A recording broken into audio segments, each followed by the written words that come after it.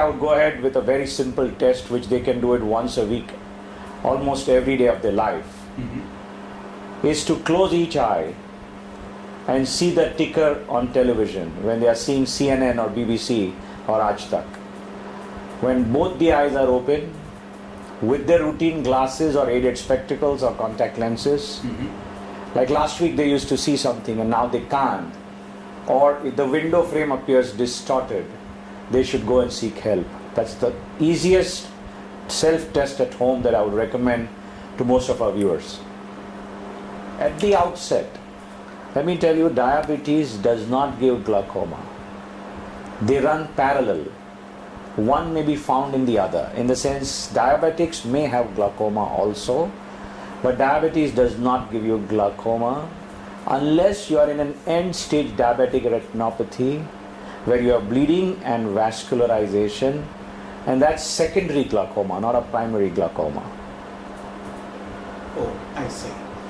And doctor, there is also one good thing about eyes, which is unlike the kidneys, is that you may only lose one eye at a time. Isn't that true? God is generally very kind. He gives you warning, He gives you an extra eye, and He gives you warning. But that warning doesn't go to kidneys. That's right. That's right. You know, He gives it in both the eyes actually. You know, even in the kidneys actually. It's never the same bilateral. We've been given one extra kidney by God, one extra ear, one extra nostril, one extra eye. Everything has been given an extra. Except we never wake up unless both are damaged. Okay. We do not pick it up early. Okay. Doctor, can you tell us how much can hypertension worsen the hemorrhage which happens in the eye and which essentially is the cause for retinopathy? How much does hypertension, because there is a lot of confusion. Some people say hypertension doesn't affect, some people do. From your experience of treating lots of diabetic retinopathy, what is the effect? Again, a very interesting question. It's all a complex problem. It's a cocktail of problems. You never know when the chicken came first or the egg came first. So even in a routine patient, if they are hypertensive, they can tend to bleed anywhere. Correct.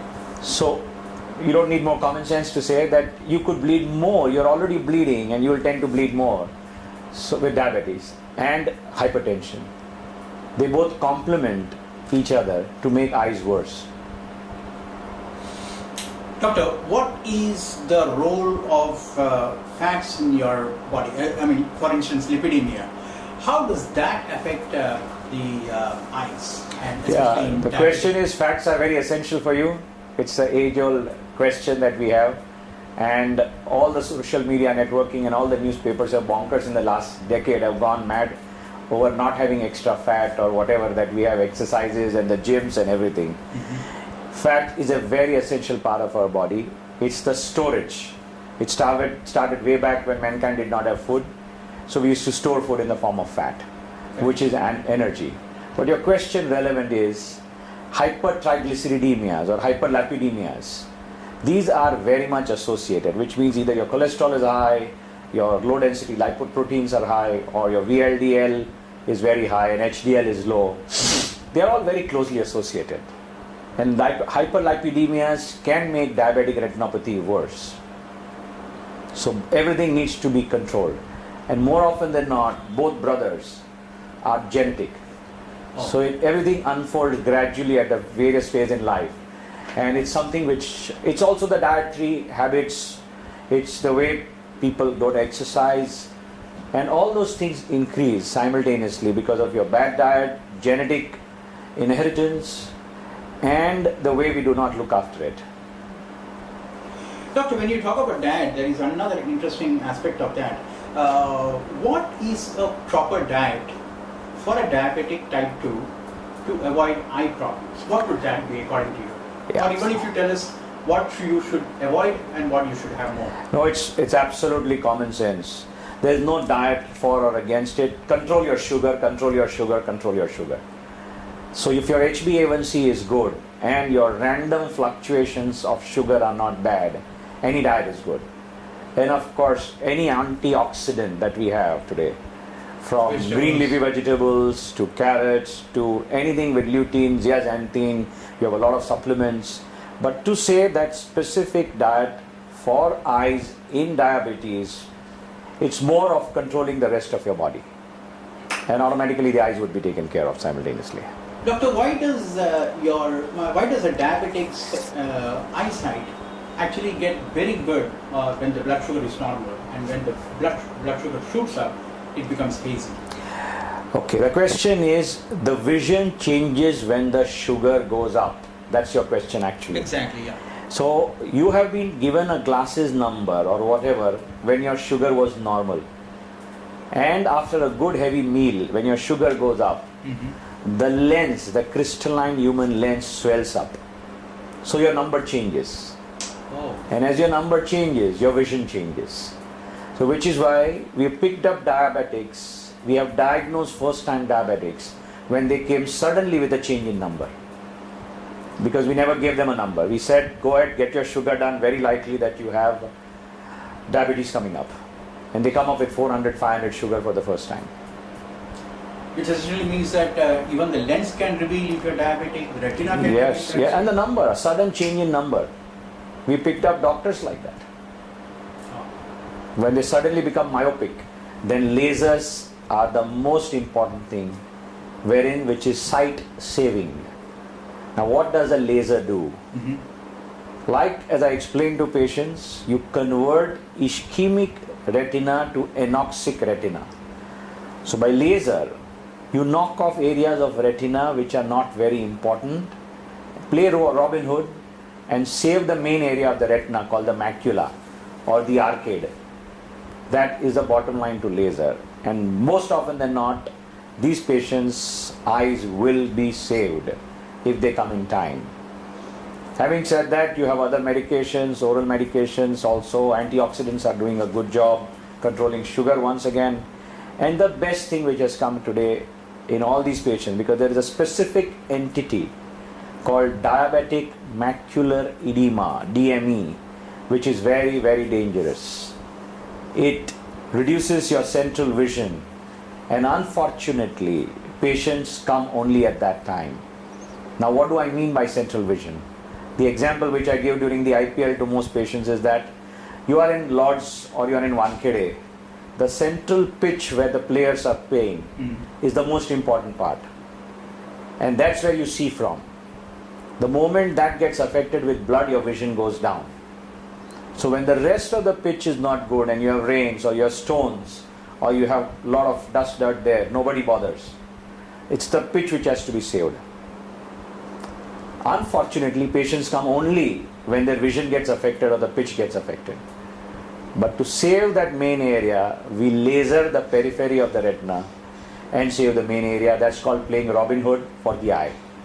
When you say laser, it's essentially trying to avoid more bleeding. No. One is avoid bleeding, yes, of course, and reversible changes. You reverse changes of neovascularization and proliferation. Very important, because the body now says that out of 1 million people who needed blood, it needs only 200,000 will need blood. So the body says, okay, I produce enough. So the amount of laser is to convert, it could be sufficient for 50,000, 200,000, 500,000. So that much laser will have to be done. It's done over 3 sittings to reduce the body's need for blood supply. And then, as you spoke about, the anti-VEGF injection, because the body understands it's trying to help you, so it creates the vascular endothelial growth factors. And now you have an injection which is given in the eye, which sounds quite ghastly, but as most women tell me that it's less painful than going to the beauty parlor. It's that much more easier. It is one of those injections where there is side effect is minuscule, very confidently can be given, repeated with phenomenal results. I think anything that a doctor and a patient wishes in a good treatment is ideally in this medication. Good. Doctor, what is the tunnel vision? Has it got to do anything to do with retinopathy? Yes. Where you see only the center part? Yes. Tunnel vision is, we all see up to 180 degrees and 360 degrees like this, 180 degrees here, each eye. So 90 degrees and 90 degrees. Tunnel vision is when you can see only this much. That's in glaucoma, where the peripheral field of vision starts diminishing. When you do laser, that's exactly what you do. You laze the periphery of the retina and save the main area from where 98% of your routine work is done. So that is tunnel vision. So after laser, you might get tunnel vision?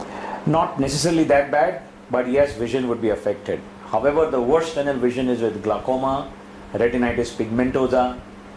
These are cases where you get the most dangerous form of central vision. Doctor, stem cell treatment is being considered as one of the revolutionary things coming up. Now, when it comes to vision, I guess we have even in adult world they have even made a kidney in the lab through stem cell. Do you think that thing can happen even with eyes? Eyes, as of today, to think about in the next decade, to manufacture an eye or a retina, you know how many billion cones and rods are there? More than 6 billion DILL kind of connections. To manufacture that would be almost an impossibility. However, we never know what science has in store for us. So manufacturing a new retina, very, very difficult. Very difficult to have the connections with your brain from an artificial place. But there is always good hope, because if we can reduce with newer stem cell technology, that gene which is responsible for the retinopathy or the microangiopathy, if that can be altered, we have won the game.